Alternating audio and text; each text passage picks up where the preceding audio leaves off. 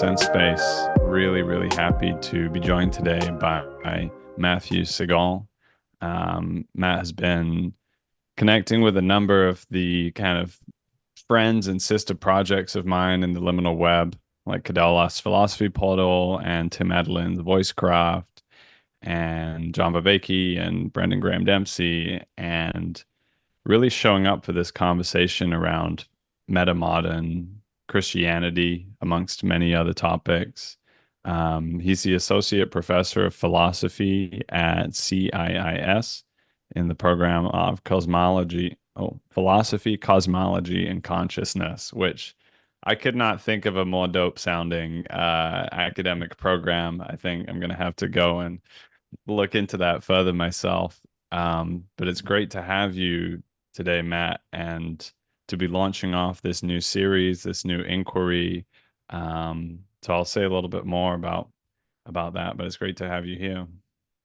Yeah, I really appreciate the invitation, Jacob, and am honored to kick off this new series of dialogues that you've uh, planned. And yeah, let's get into it. I literally live for these types of conversations, so let's do it. Hallelujah. Yeah. Well, this one's been marinating for a long while. It feels like it's very much a lived inquiry and something that I've been walking for the last few years. And yeah, I'm keen to begin, but I'm also feeling that it's a patient, it's a slow journey, and these dialogues may occur even over many years. So, but with that, yeah, I've really called this series together. I had just completed a series on wrestling with Christianity, and I've called this one Christianity Beyond Itself. And that's a notion that, for me, holds a really interesting position of both being in Christianity, being in relation to Christianity, but also being in and in relation to something beyond Christianity. And then also being in a process that kind of moves between them. So there's a kind of Trinitarian flow, I feel, contained in that notion of Christianity beyond itself, because it's always taking me like, what is that thing beyond? But it's not just going beyond, it's kind of coming back to the Christianity. This really draws upon my journey in relationship to Christianity. I grew up in a Christian church in the UK.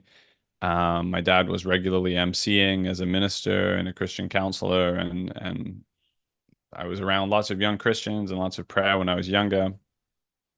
My dad burned out from church leadership dynamics, and yeah, I went on to be an agnostic and atheist in my teens until discovering LSD at the age of 19 in San Francisco, where you are now, and thus unfolded a period of exploration that was really in no explicit way in relation to Christianity. It was in the context of intentionally exploring psychedelics and meditation. But lo and behold, to bridge a very long journey, I found myself drawn back and drawn to a degree of wrestling with Christianity and a search to find the babies in the bathwater that have been thrown out. And a lot of others have been on that journey or not on that journey, but sort of awakening to that being relevant to them in recent years. So this is definitely a collective phenomenon. But I think it's an enormously important thing to begin to create a space, particularly in the space of dialogos, which is so suited for an exploration of the unknown. What this can be as a journey, as an inquiry.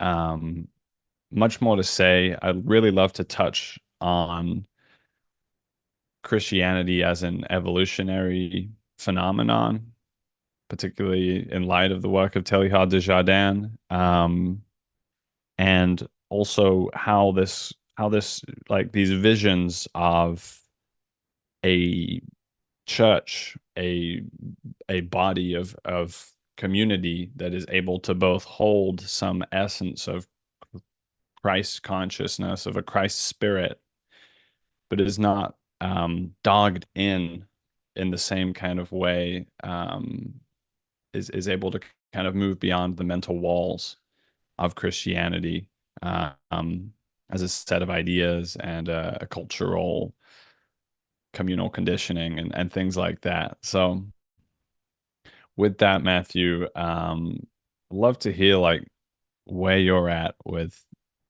Christianity beyond itself, metamodern Christianity, how the metaphysical Christ is fitting into your intellectual and spiritual journey.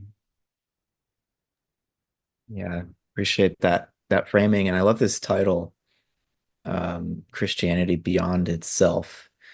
And it immediately reminds me of something, one of my major philosophical influences, Alfred North Whitehead says in a little known book he wrote called Religion in the Making.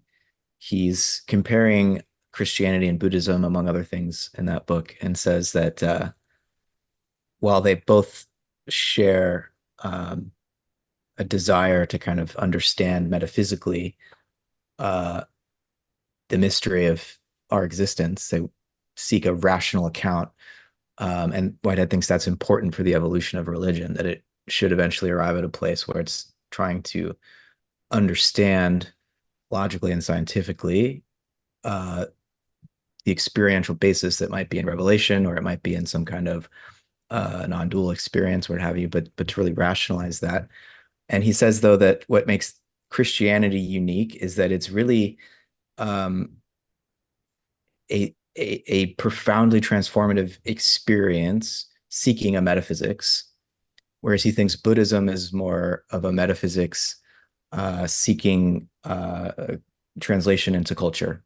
Um, and, it's oversimplification, of course, but it strikes me that, you know, Christianity as a religion caught fire uh, 2,000 years ago and spread quite quickly and dramatically.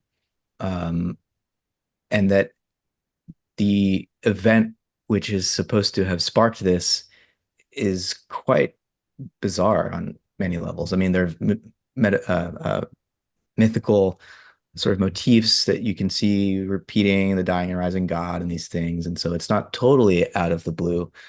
But the idea that God actually becomes a human being and is crucified and dies, and then resurrects in bodily form. And maybe we could talk about what the resurrection body really might mean, but it's a kind of bizarre story and somehow reaches people and is so transformative and eventually challenges an empire to the point where the empire had to rebrand itself to deal with the issue. And we get this institutionalized form of Christianity, first the Catholic Church and then the Anglican Church, and then proliferation of thousands of little churches in the US. And so for me, coming to Christianity somewhat late in life, not being raised as you were in a church context, though my mother is quite religious in a kind of evangelical way, but didn't have the structure of a church to help guide her. It was more just she had an experience of Jesus when she was young, and yeah, would go to church, and wanted to bring me to church as a kid, but it wasn't really a structured experience. Um, but her way of relating to the tradition um, wasn't for me, and so as a teenager, I really turned in the opposite direction to science and um, became quite an obnoxious sort of materialist atheist type of 14-year-old, parroting Richard Dawkins and um, other figures like that. And it wasn't until my late teens that I started to gain a different perspective, both from some of the reading I was exposed to by a high school teacher of mine. I read some Carl Jung. I had a deeper appreciation for the psychology of religion and what motivates people to want to think in these ways and to take seriously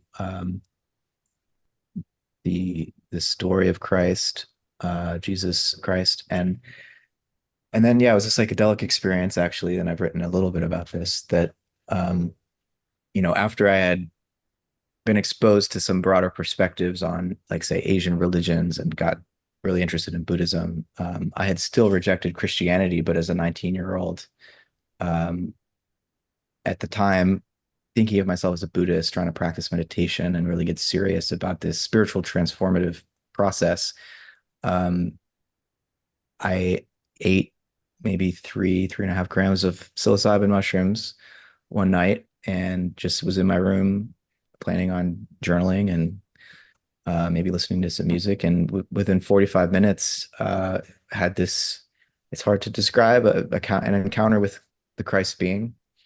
Um, Shocked me. I was not expecting that.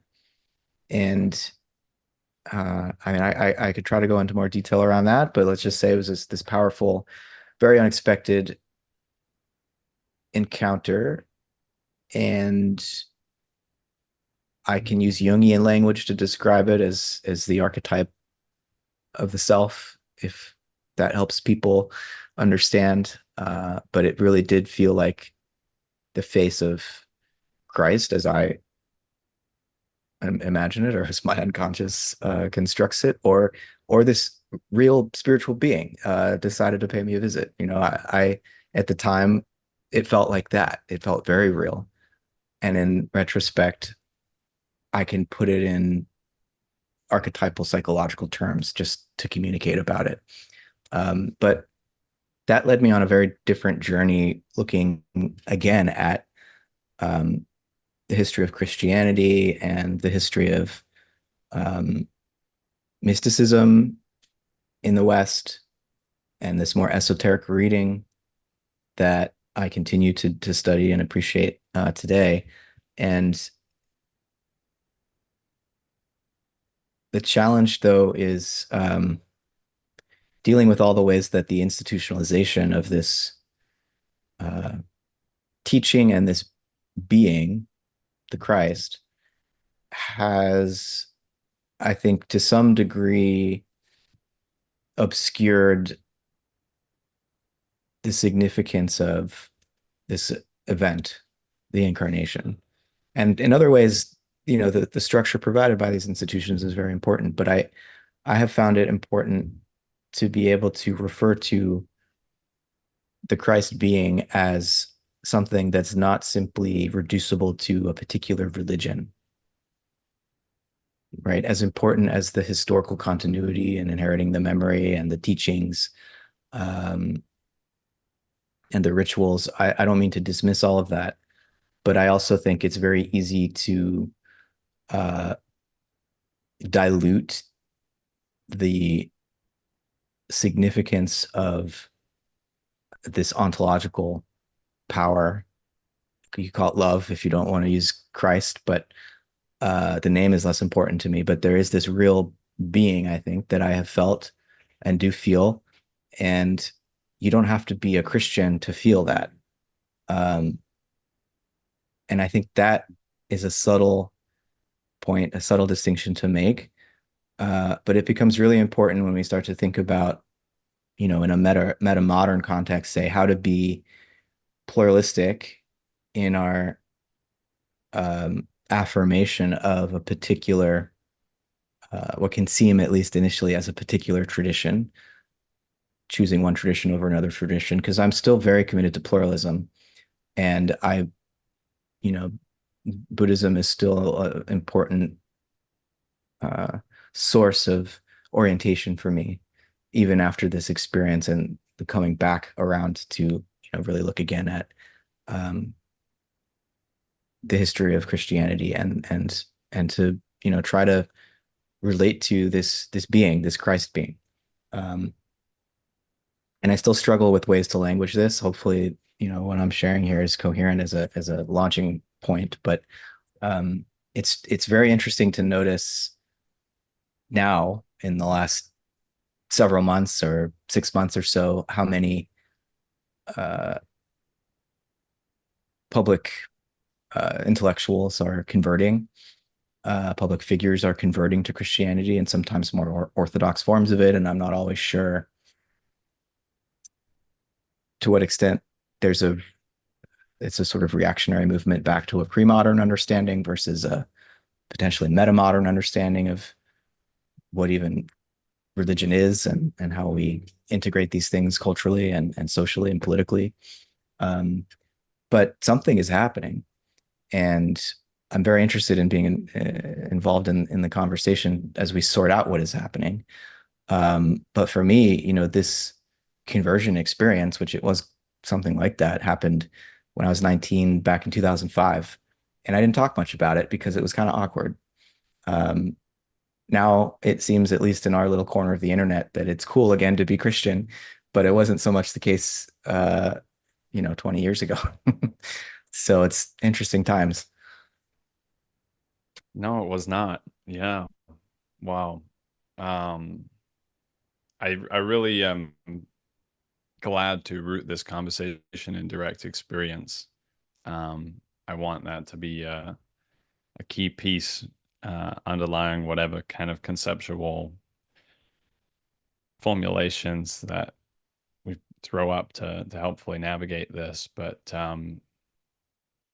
I resonate deeply with the confounding quality of discovering a Christ whilst not being a Christian, not being converted to Christianity, um, possibly being completely I think for me, it's interesting. The notion of Christ consciousness was really helpful at a time when I was exploring consciousness. I was interested in Buddhism, or at least exploring meditation practice deeply. Um, the Christ consciousness idea helped me to kind of have a more pluralistic bridge because it took away some of the particularity of Christ as king and Christ as savior and Christ as the only one.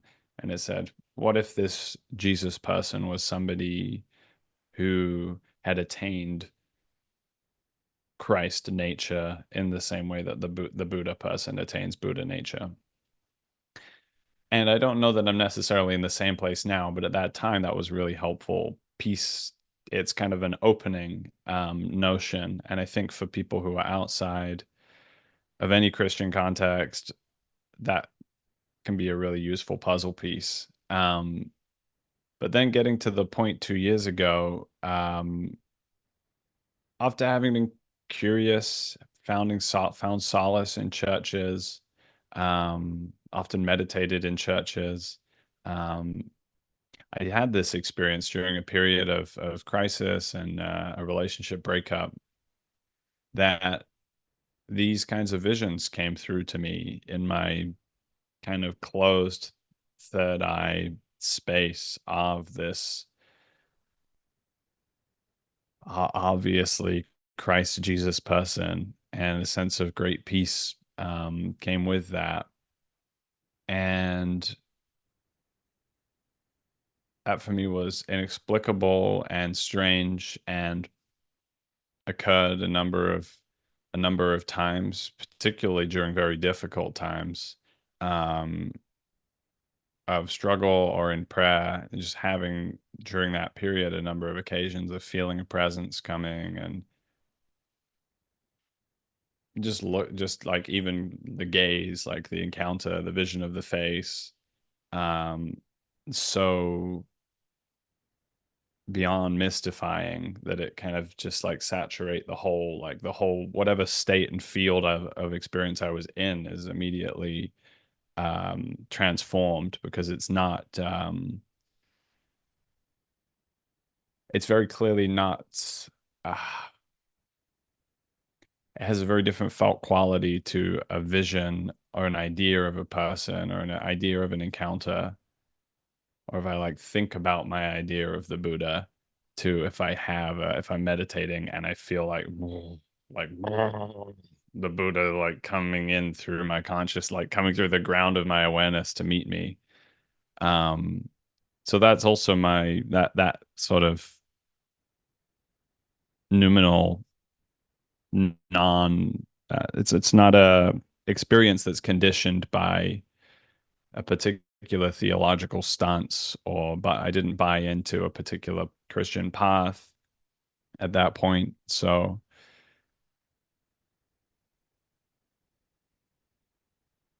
and that for me is that notion of encounter has become a really key piece of what I feel this Christianity beyond itself is holding or occupying, is an ontology of encounter, and to be in relationship with the unknown, to be in relationship with something or someone or a world that is beyond your own.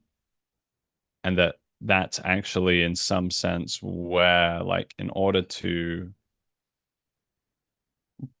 come into relationship with God more deeply, I have to be open to encounter with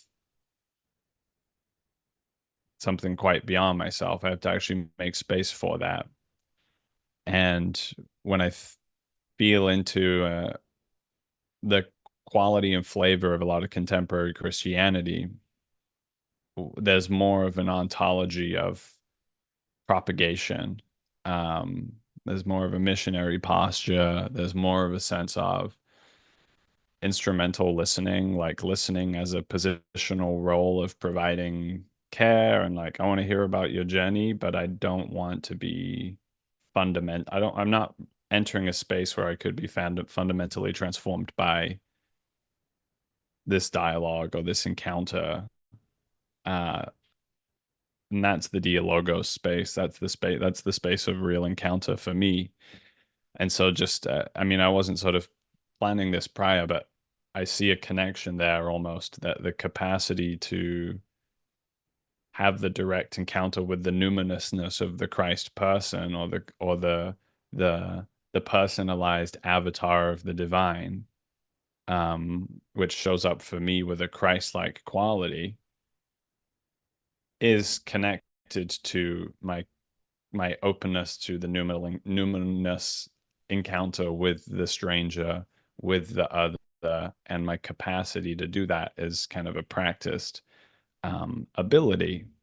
And if there were a lot of people doing that together in a body, in a community, what would be the characteristics of that in relationship to that which is beyond itself?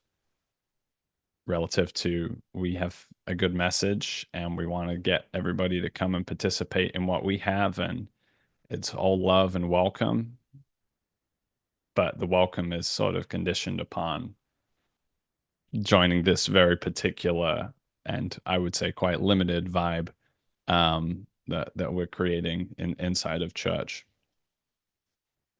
Mhm. Yeah. I mean, on the Christ consciousness approach to this, a way of languaging and understanding this in a way that might be more inclusive, I can certainly resonate with that. But something that's become increasingly a source of tension for me is the way in which the direct experience of this, while so important, um, because it overwhelms our attempt to form the right propositional beliefs, as if what matters is that we accept the creed and the dogmas, right? And then we're saved. The direct encounter with the numinous is so far beyond what we can word. It's like it's the logos. It's all the words and none of them. um, but the other side of this is like beyond just the direct experience. It's like, what about the action that experience is supposed to inspire? And so, in other words, there's a Christian theologian and mystic, Richard Rohr, and I read this beautiful little piece by him about an experience he had of I think he was on the subway and at an earlier point in his life, and all of a sudden every other person became the crucified Christ, the suffering God, and he was seeing Christ in the face of everyone and realizing how much responsibility we have to one another. And so it gets us out of ourselves and our talking about my experience and what are we to do with this experience. And its import, I think, I feel, is is to transform the world, at the very least, the human social uh, situation, and how we view each other, and particularly how we relate to those who we might be tempted to call our enemies. There's some rather disturbing lines in the Gospels, disturbing in the sense that you're like, wait, what? That doesn't seem like something I can, like when Christ says, or Jesus says, only those who hate their families can follow me. And you're like, oh. And what I think he means is that love needs to get beyond just the blood bonds that we automatically feel to those we're related to. And we really need to expand the circle of our love to include the entire human community. And that sounds really nice, um, on paper, but actually doing it is very, very hard and painful and requires a great deal of self-sacrifice. And I guess I feel, as a finite human being, somewhat ill-equipped to actually follow through with what the experience of the Christ calls me to do or to imitate. And so dialogue is, I said, I live for this, and it's important because we have to talk ourselves into this in a sense. And so talk is can be cheap. I mean, I think of what Paul says, uh, that if we don't have love, all of our words are like clanging cymbals. Um, and so, like, how do we transform the experience and the beautiful thoughts we can have about the experience into action that actually brings more love into the world? Um, because we have real social, economic, and political problems to address, and we need love to begin to meet each other across cultural differences to resolve those issues. And we're going to need a lot of, intelligence and um, practical know-how, and to build the systems to actually address all of it. But it begins with this ability to love thy enemies, and to take care of those in need. And living in a big city, especially here in the Bay Area, in Oakland, San Francisco, I encounter homelessness every day, and I can feel my own inadequacy in knowing how to respond to it, both because, you know, um, something in me calls out to help those who are addicted to drugs and sleeping on the street. And another part of me is afraid. And another part of me is saying, I, what am I supposed to do? Invite this person to sleep on my couch? Like, what can I really do in this situation? Um, and it's painful, and so that translation between the direct experience and the consciousness of this love to the action that would transform the world, so as to, it feels like, to properly respond to the experiences. And so, as part of what's in the mix in all of this tension, I feel, is the concept of sin, and how my younger self really despised it. The guilt tripping and the whole concept of original sin made no sense to me. But now I kind of get it.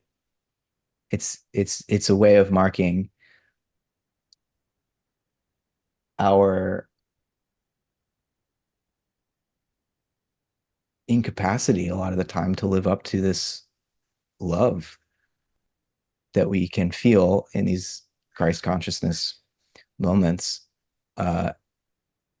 To actually live that out is, you have to be willing to die for it. And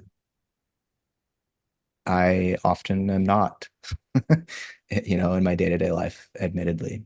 And so we have this word that is difficult. We have this concept of sin that's like, okay, I kind of get it more now in living with this tension. So um, in thinking about this conversation and all the other conversations around this topic that I've been involved in and that others are having, this has been weighing on me more, like this translation between the conversations that we might have about it and the experiences we might have, and then the translation into action in the world and what that looks like. Um, it's not easy, and Mm. I'm struggling with it personally.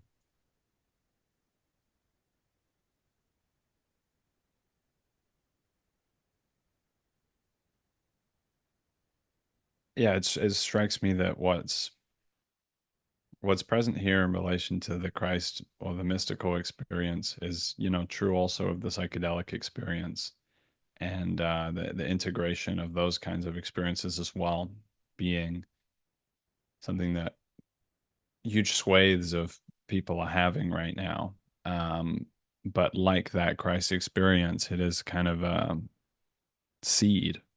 Um, at least that's how it feels for me. I definitely don't.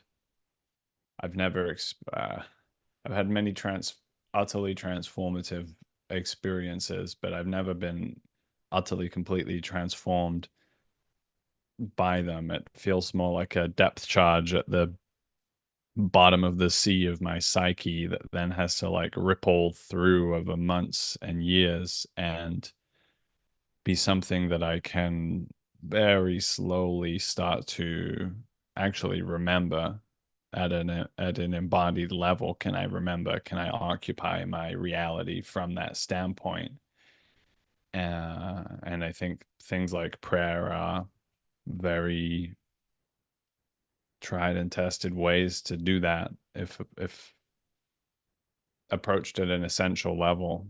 Um, and it's very interesting how when you start to,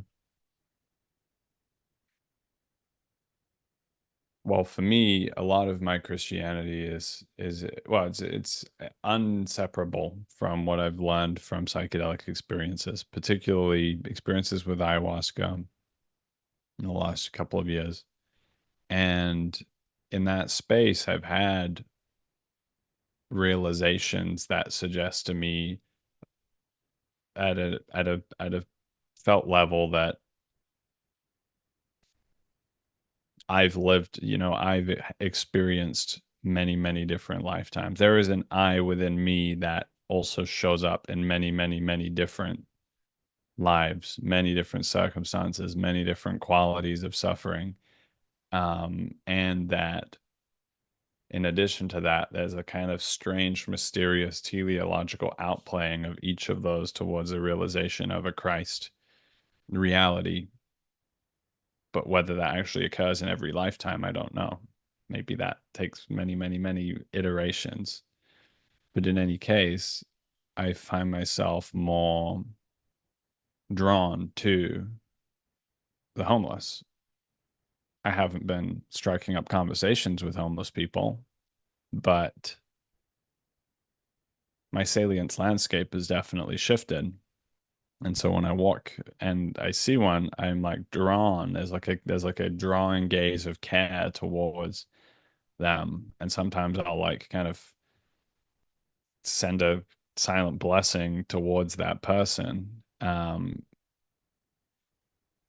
And I guess this bridges us back again to Christianity as it stands, which is something which gives people the propensity and the capacity and the gumption to go out and approach people, like the very thing that has caused so much, that is the root of a lot of people's trauma. There's a lot of things around boundaries and a kind of way in which Christianity is um sort of autistic in respect to boundaries, and just goes and there's kind of there's something with the erotic and boundaries that is not right. In the way contemporary Christianity shows up. But that same quality is also what affords penetrating social norms, and not being confined by them. And so that same impulse will allow, like my dad, when I was growing up, much to the cringe of me and my siblings, would get intuitions to go and pray for a random person and be in public, and he would be drawn, like he'd have a weird intuition like, oh, I need to go and talk to this person, and then he would somehow jimmy his way into a quite personal encounter with this stranger, and many times they would be open to receiving a prayer from him. So I guess the question it raises for me is, it's not just love, it's also courage. It's not just death of the self again and again, but it's also the great, like the self becoming greater and more actuated, more courageous in each rebirthing process, that it can actually kind of have the strength of will and the be able to hold the degree of current to make those interventions on behalf of love in one's life, as they arrive, as one is called by spirit to, be present to something very deeply, or to speak something that's difficult to speak, or something like that. Um, there's a kind of resource, but how to be resourced in that without being also dogmatically closed or erotically ignorant of boundaries and things like that. Yeah, I mean, faith does breed confidence, and the general public consciousness in this late modern, postmodern culture that we have is more relativistic by nature. We're much more comfortable with this sort of, you believe what you believe, I'll believe what I believe, and and so when someone comes at you like convinced that no, that this isn't just my belief, you know, and when a Christian wants to pray for you and is worried that you're going to go to hell, it's like it grates against this lax relativistic attitude that we've come to adopt, which has its benefits. I mean, we don't have inquisitions anymore, but at the same time, when a Christian or any a Hare Krishna or anyone with a strong faith in something transcendent, some truth comes at you and says, "Hey, you should probably know about this because it might affect you." um, yeah, the boundaries are crossed because it's much more comfortable just to sit in that position of um, agnosticism, or just, oh, we can't know the answers to these questions. But when someone thinks they do, and then they want to bring it to your attention, it can be,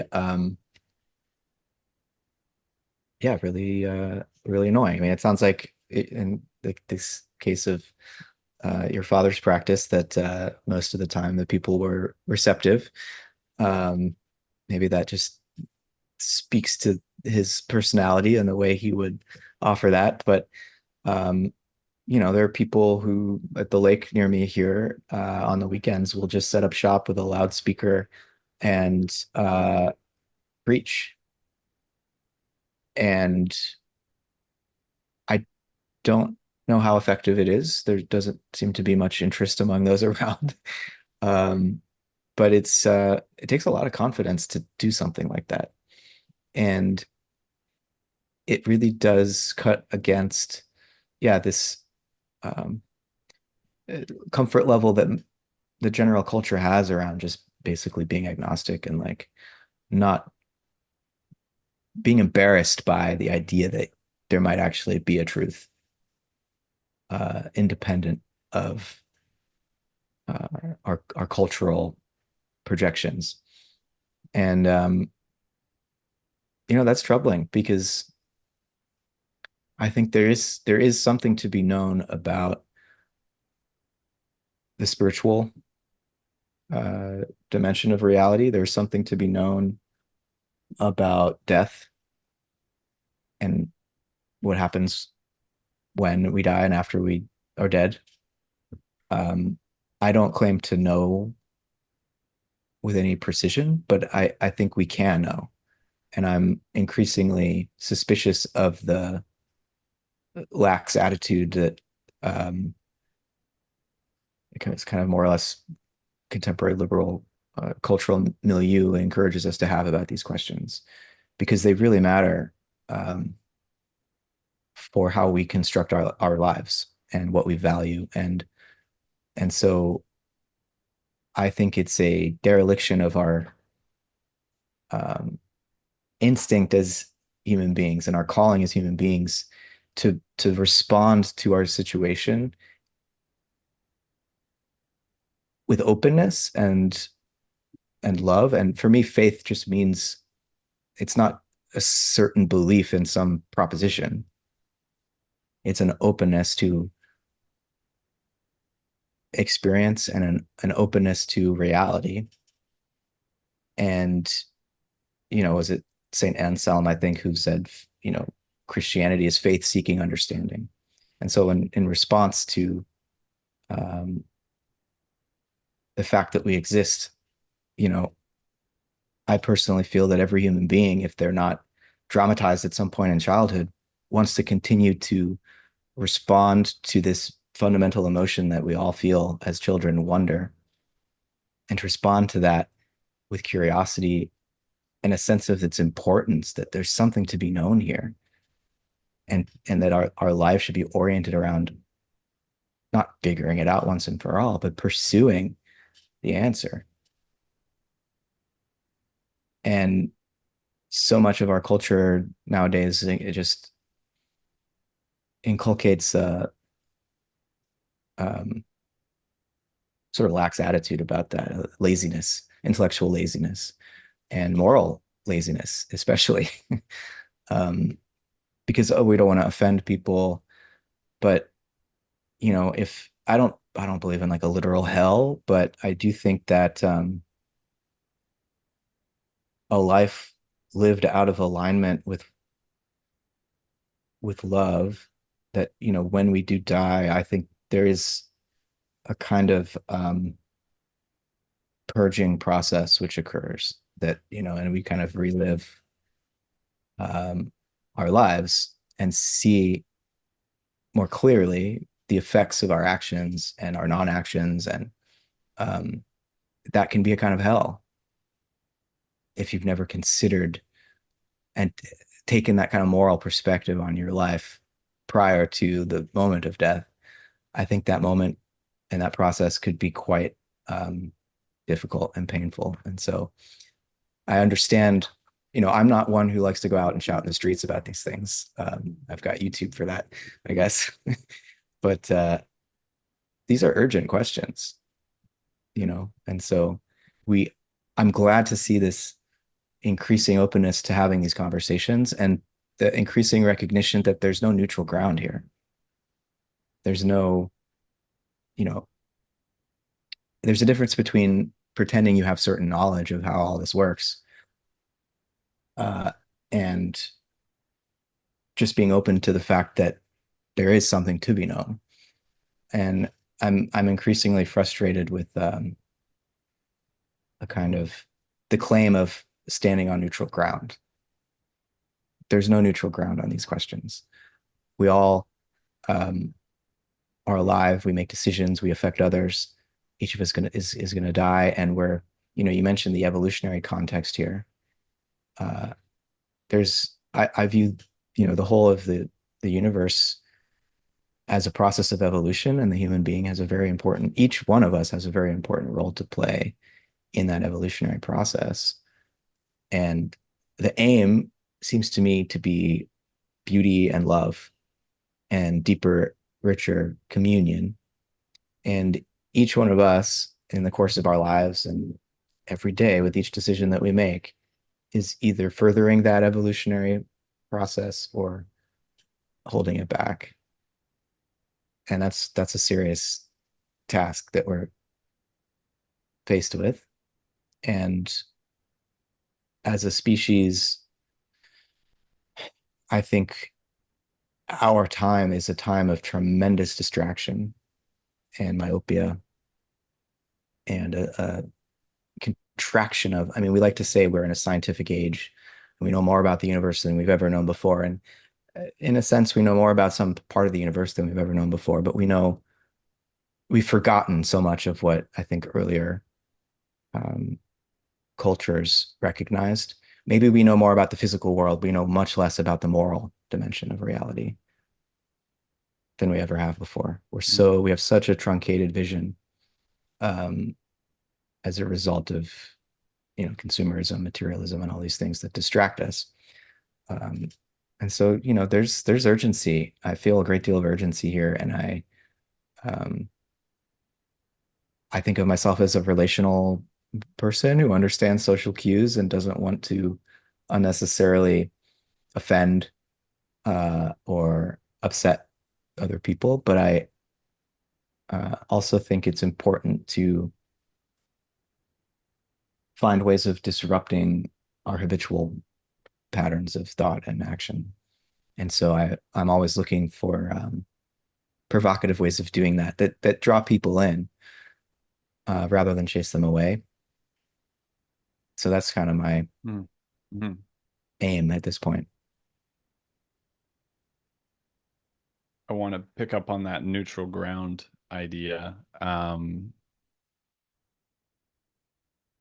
because on the level of each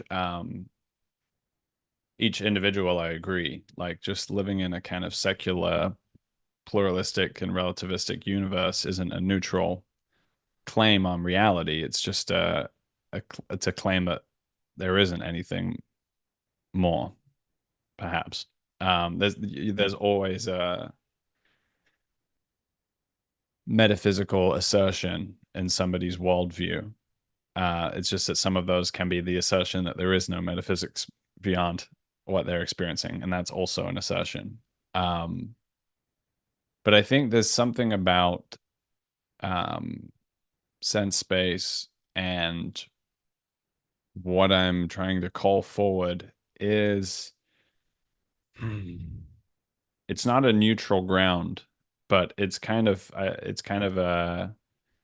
trying to create or be present to a kind of very vibrant emptiness within which these conversations can occur that is not heavily directionally conditioned about where it's going to go conversationally or even at the ontologically, experientially. Um, for me, I'm equally interested in the people who are going in the direction of secular atheism to or game B or whatever to these kind of Christ awakenings and wrestling with Christianity and integrating Christianity as I am in the people who are currently inside of Christianity and seeking to break out of some of the limiting matrix that they've come up inside of. And people who have a sense, okay, there is something more for me personally on the journey of my soul's realization that's not happening inside of this social construct of church and how it relates. There's something more. And so I feel like there's a middle space um, that I'm trying to open, which is not about like I'm not trying to move these people in this direction, all these people in that direction. It's like let's open the space where it all can be explored together, and certainly drawing on direct experience. And yeah, there are realities to be realized. Um, they're perhaps contingent upon our level of understanding at that time and our capacity to integrate them and land them in our bodies, in our hearts, in our minds. Um, but it's self-evidently true that these experiences exist that reveal deeper realities to us. I do believe that the gifts contained in these plant medicines are portals to the divine, or they can be portals divine, approached in a certain way. And so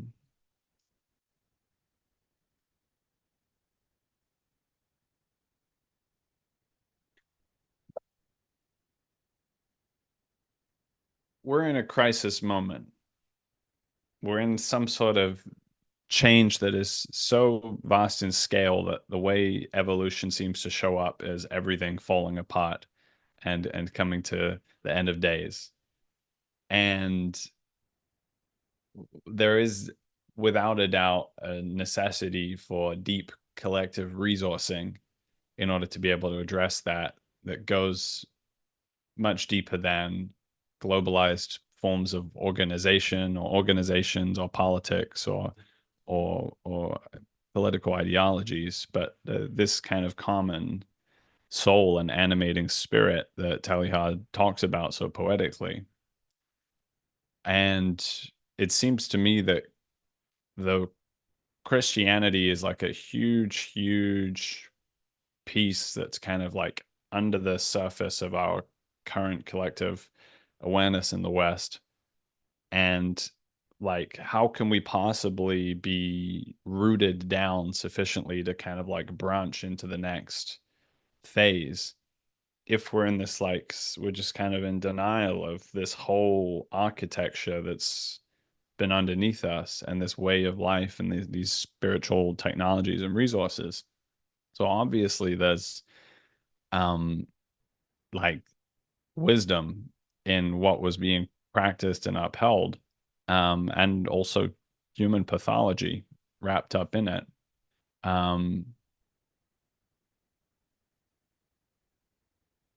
and so the question for me is like, how do we participate with the process of tapping into what was important there, what still lives there in this new context, which is intrinsically and unchangeably pluralistic. There's just no way to like recede into a pre-modern Christianity where we just don't have to encounter the Muslim and the Buddhist and the atheist, and that's not going to work. So the encounter is always going to be there. And we don't know how to do that. But I think having this capacity to reach a place of healing and um, a felt sense of wisdom that does not require such a constricted kind of mental landscape is the kind of posture that might allow the beginning of answering that question of how does a Western person take responsibility for their lineage and bringing it through and honoring and integrating it, and also integrating all of these new and ancient gifts that have come here, in my opinion, at this time because we need them and because the masculine Christianity we've inherited is not fit for a global crisis of ecology. Um, we can't just have the great father. We also need the great mother. But that's something that comes for most people through more animistic and pagan and plant medicine kinds of experiences. So there's a deep reconciliation there also within the underbelly of Christianity as well. Um, so there's a lot to there's a lot to do. I'm thankful that it's not entirely our responsibility to do it, but Well, we're not alone in it, at least. I like the way you responded to my comment about no neutral ground, because your wording of searching for a vibrant emptiness or openness Yeah, that's important. And I don't at all feel in conflict with that. You know, it's because that's not, to my mind, metaphysically neutral. If you're willing to enter into that vibrant emptiness in to enter into dialogue with others, then you're, I think, at least open to being transformed by something greater than yourself. And that's taking a stance on what's real and what's possible. And um, I think the metaphysical neutrality thing is more coming from my sense of a certain kind of and it's less pervasive than it used to be maybe a decade ago, but like smug atheism, where it's like all we can know is what empirical science tells us, and anything beyond that is bullshit. And so you're just bullshitting if you think uh, religion has anything to offer us. Like, let's just accept science and the technologies it gives us that make our life easier, and the rest of it is made up nonsense. And that posture is put forward as if it's uh, what every rational skeptic should arrive at, if you know that if you just understand science and take it seriously.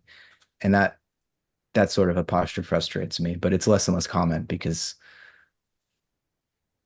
there are so major conundrums that a purely uh, scientific, empirical, um, sort of deductive, mathematical approach just can't resolve for us. And so lots of scientists are admitting the limitations of that. And but yeah, so I mean that's just kind of what I meant by no metaphysical neutrality. And in listening to your further reflections, I was reminded of something that both Teilhard de Chardin as well as Rudolf Steiner say in their own ways, that the impact of Christianity on humanity has barely begun, right? And so both of them foresaw a longer term future for our species and the influence of this Christ impulse leading us in the direction where no individual human being would be able to encounter the suffering of another without feeling it as their own. And so this sense that the influence of the incarnation is gradually drawing humanity towards this form of I mean, in Teilhard's sense, the emergence of the noosphere and then Christogenesis, where we both become more interconnected and more personalized. And so this isn't just some Borg mind that Teilhard was imagining. We're more personalized, in a sense, more individuated, and yet also deep in deeper communion with one another, such that your pain is my pain is your pain, right? And so, to the extent that suffering exists in the world, we would naturally share it. It wouldn't just be, oh, those poor people over there. It would it would be, oh, I'm suffering with you. Um, and so when we take that longer view, it's like it might not even be called Christianity in the future, right? It's the point is that this impulse, this it's kind of a polar impulse of both freedom and love. Um, that this is continuing to do its work on human beings and transforming our consciousness through the generations, and that work is a gradual process. And there's a lack of, I think, appreciation among, say, the social justice progressive movement in the contemporary West, of how much the moral impulse that drives that is actually largely a historical derivative of Christianity. And so much of progressivism is like Christianity without God. uh, which it would be better if they still had that transcendent aspect to it, I think. But there's so many ways in Yeah. which there's a lack of historical consciousness to recognize many of as much as Christianity and the church condoned colonization and slavery to some extent, though that's an interesting question. Because Christianity also, I think, especially the Quakers in the U.S. and the Anglican Church in the UK, like played a big role in ending slavery too. But there's plenty of ways in which the institutional manifestations of Christianity have perpetuated great harm and even evil in the past. But there's another side to that coin, which is the values that we hold nowadays, like the significance of an individual soul is something that I think was incubated over thousands of years in the context of Christianity that you don't see as much in other. It's not as emphasized. So that liberal humanism and Enlightenment secularism and this emphasis on the rights of individuals and the whole idea of human rights would come out of this, European tradition steeped in Christianity is not an accident. That's not a coincidence. And there's very little recognition of that among those who no longer think of themselves as Christian or even wanting to inherit any of that cultural history. So I think there's a bit of amnesia that we need to recover from, um, just to see all of the profound ways that Christianity and core, like primal ideas that drive um, this tradition have already shaped our contemporary culture in many ways for the better, right? And there are, of course, other ways that um, we still need to grow. And there are ways that Christianity has been co-opted in the U.S. around whether it's the prosperity gospel and somehow Christianity is being made compatible with corporate capitalism, and then Christian nationalism, and all these ways that uh, we could really go off the rails. But I think the deeper story here is actually there is an evolutionary process underway, and we can participate in furthering it and deepening it in the direction of more freedom and more love. Mm, mm.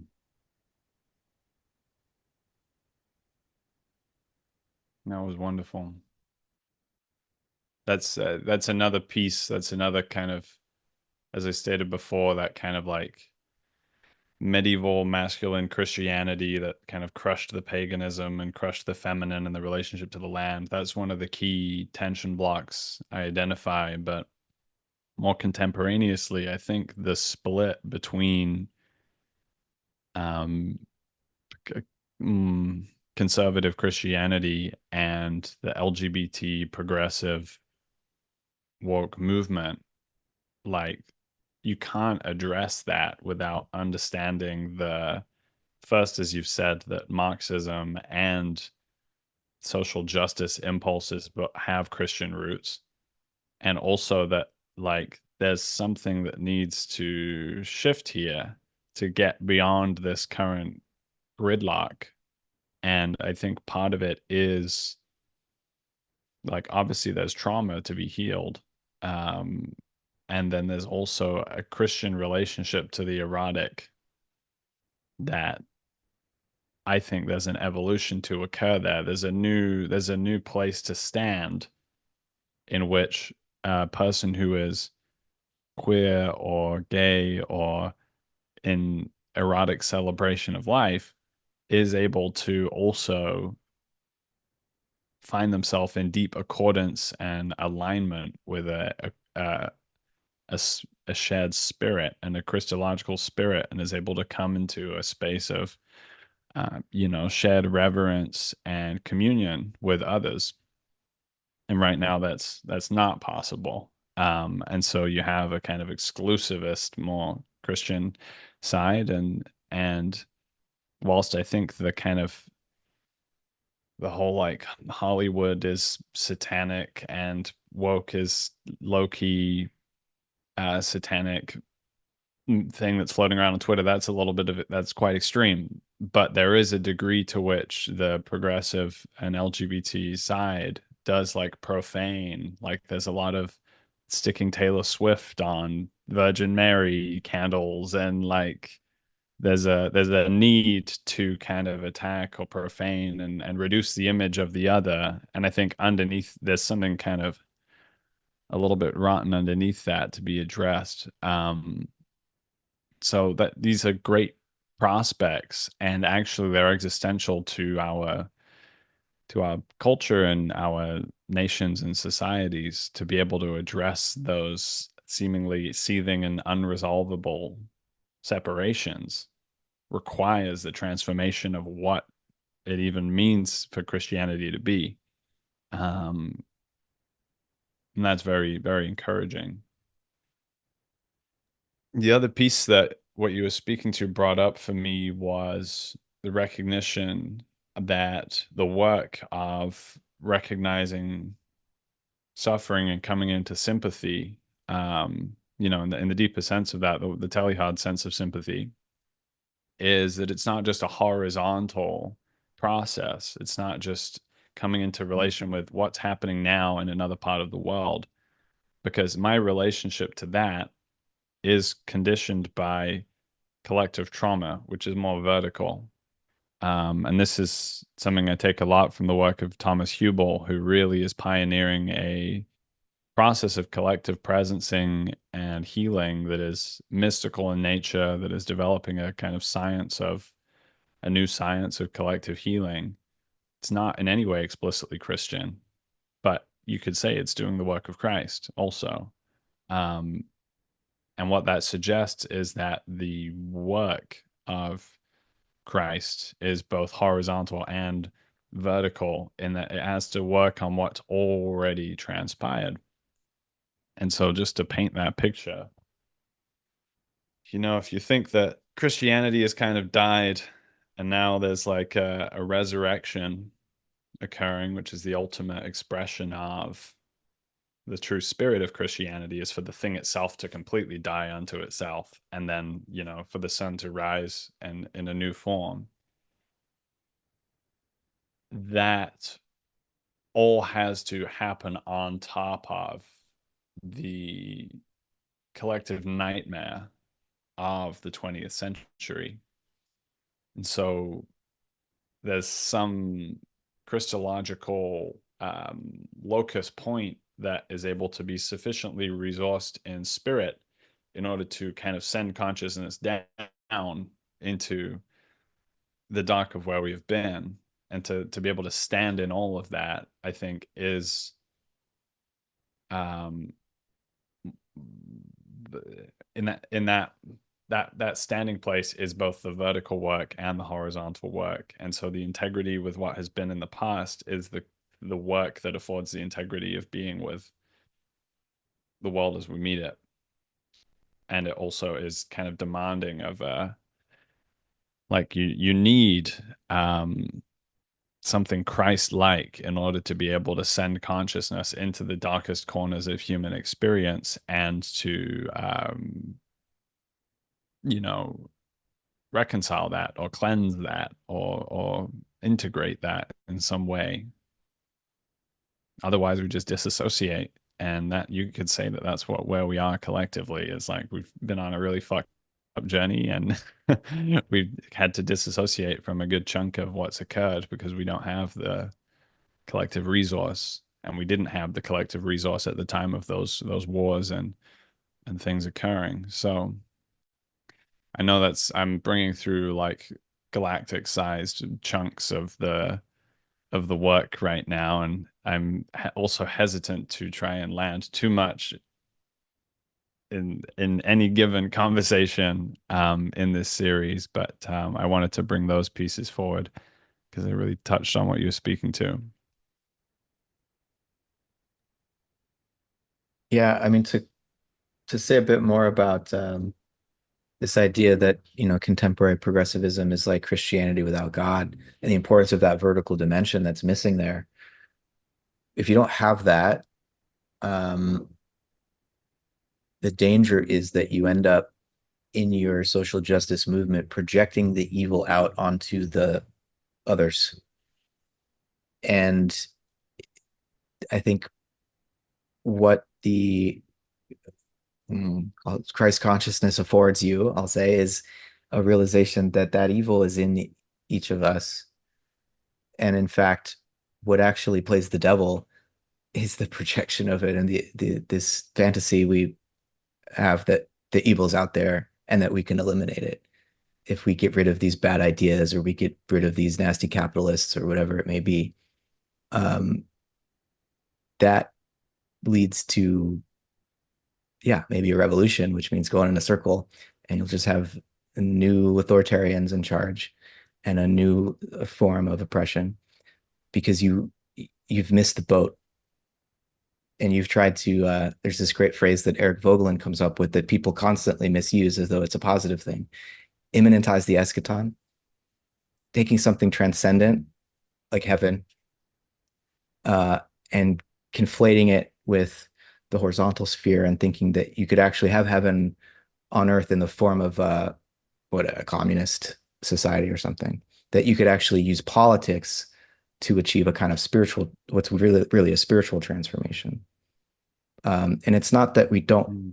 want to bring more love into the world and have a more heaven-like earthly experience, but that comes through, again, freedom and love, not by the imposition of some grand political project or manifesto. There's no new way of organizing society or some new legislation or some new, you know, external framework that's going to solve the problems.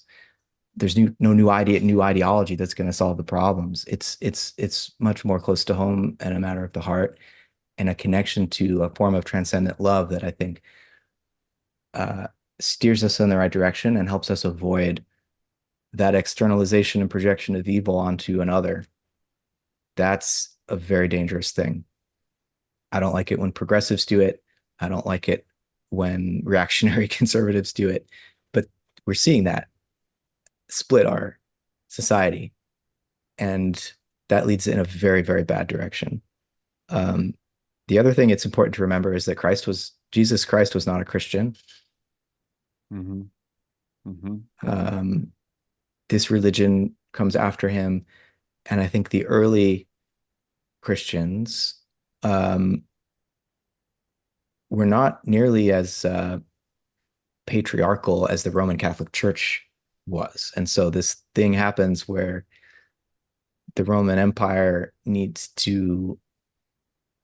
losing its political power and tries to rebrand, and they don't actually maintain as much of that political power, but they have this new form of spiritual power now and continue to wield some degree of political power as the Roman Catholic Church, for 1,000 years. And that definitely made Christianity a much more patriarchal type of religion. But there are these resources that I really think we can draw on and amplify in the biblical literature, like Sophia in the wisdom literature, who was there in the beginning with God the Father, right? And so there's this feminine divinity or feminine aspect of the divine that's uncreated in a sense. It's not like God first created this feminine consort and then went, no, Sophia says right there in the Bible, I was there in the beginning with God. And then Mary as the mother of God, um, so often has been downplayed, but the majority of Christians alive on the planet today are not Europeans or Americans. They're mostly in the global South.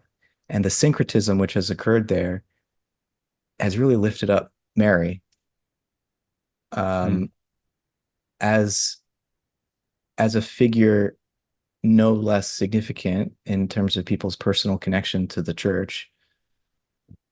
And I'm speaking in terms of the Catholic Church, as Christ and as the Father, right? So there are ways in which Christianity and at its roots and at its core has there are resources there to challenge patriarchy. Um, I like some of what Pope Francis has been doing during his time as at the head of the church. there are other ways that he's, not able to move the ball forward on certain gender questions, but in terms of ecology, it's huge what his encyclical has done. And it might take more time for that to manifest, but I think, for a billion plus Catholics on the planet to have that as like marching orders and that sense of the importance of caring for creation, I think is very significant. And there's something Carl Jung says about an earlier pope. Um, I forget which pope it was, but the Assumption of Mary, the basically this papal decree that Mary is the mother of God, and Mary is this important figure in heaven that um, should be worshipped. Um, and so there's kind of like a patriarchal overlay that has been distorting Christianity for 1500 years. And I think there's plenty of like um, there are vibrant stories to draw on and other impulses and figures uh, that could be emphasized to take the grip of to loosen the grip of patriarchy and eventually throw it off because it distorts the teachings of Christ. I mean, look at the story of Christ. It's not the story of a strong masculine hero that conquers. Christ is tortured and crucified, and the idea that he's the king of the Jews or whatever is laughed at. He's given a crown of thorns, and so it's the weakness of God that's on display in that story. And yes, there's the resurrection, and that's another side of it, but a resurrection that was only apparent to some. It wasn't like um, there was undeniable evidence of this that everyone had to believe. It was a very sort of low key kind of thing that you had to have faith to see the resurrection. um, and so it's not the usual heroic masculine story, right? Um, and so my hope is that as Christianity continues to do its work, that this more feminine side will will be given voice, and we can find more balance here. Hmm. Yeah, I know we're approaching the hour mark, but there's so many branches opening up here. I probably just speak to them to note them for further inquiries. But um, that question around colonization has been very alive for me recently, and I've also been spending a lot of time in Latin America this year, and you really feel the almost the sense of the blessing and protection of the Virgin of the Mary when you because you go to so many villages, even like the most obscure places, there is this little Mary Mother figure in the wall, and if you connect with that at all, you kind of feel like okay, that this place kind of feels blessed or protected. Like I personally am more glad that it's there than not. Um, I'm fascinated by the phenomenon of Catholic shamans and the mixing of Catholicism and Shipibo shamanism and different kinds of indigenous traditions. Um, I think that the narrative around colonization is incredibly reductionistic, and there's a lot more tension and complication to be gotten into about what that is and how that happens. There is obviously a very clear version of colonization we can identify of, at the butt of a rifle. Um, but there's something much more subtle and cultural mixing that goes on when you bring two different peoples together. And one of the questions that comes for me is like, if you if you really feel something to be true and beautiful in your heart, and then you engage in the sharing of that, is that colonization? Like, at what point does it become colonization? Um, and of course the valorization of pre-Christian societies as well as just like ideal utopias, in the sense that nobody had an agency or was drawn in by a beauty to participate in this as well. So the the shadow and the light seem to dance all the way down the historical story as we track it, and it's really important to make space for that. Um, and that again just like circles me all the way back to this point that I'm struggling to articulate but feels very pertinent, is like in the beingness of encounter of a Christianity beyond itself, how do we distinguish, like, where does the colonization really lie at the level of energetics and encounter? At what point would I know that I'm colonizing or decolonizing? And can is Christ itself something that decolonizes minds because it's so beyond concept, it's so beyond mental framework, it's so beyond separations of group and tribe and time and space, that it is an ultimately decolonizing um, force. Also, a very controversial and interesting question to be unraveled, but I think that work needs to be done in a space in this third space, basically, that is not secular progressive culture and is not Christian culture and is, this somewhere in between the two. And what can be generated in that third space, I guess the liminal web is the incubator of that right now, can create channels, for mycelial connections to start to move between these separated realities, and then we can start to have a little less friction, maybe, in the sense of a common soul and reality. Yeah, I mean, that's a huge question you're exploring about, when is it colonizing and when is it not? And I mean, a simple heuristic there would be tracking the difference between force and freedom. You can't force Christ on somebody. It doesn't work. And it's anathema to the core of the message of love. Um, we have to come to that, each one of us, for ourselves in the context of, community, always and often at least. But it's colonizing when you're, forcing conversion, or imposing Christianity as the cultural norm that everyone must accept. Uh, that's not Christian in the sense of uh, imitating Christ. It's just it's a political move. It's cloaking itself in the cross, but motivated by very different um, political aims, right? And so, seeking power. I mean, the only power that Christ has is love, and love, yeah, wants to spread the gospel, but it doesn't impose the gospel on people like law. Jesus came to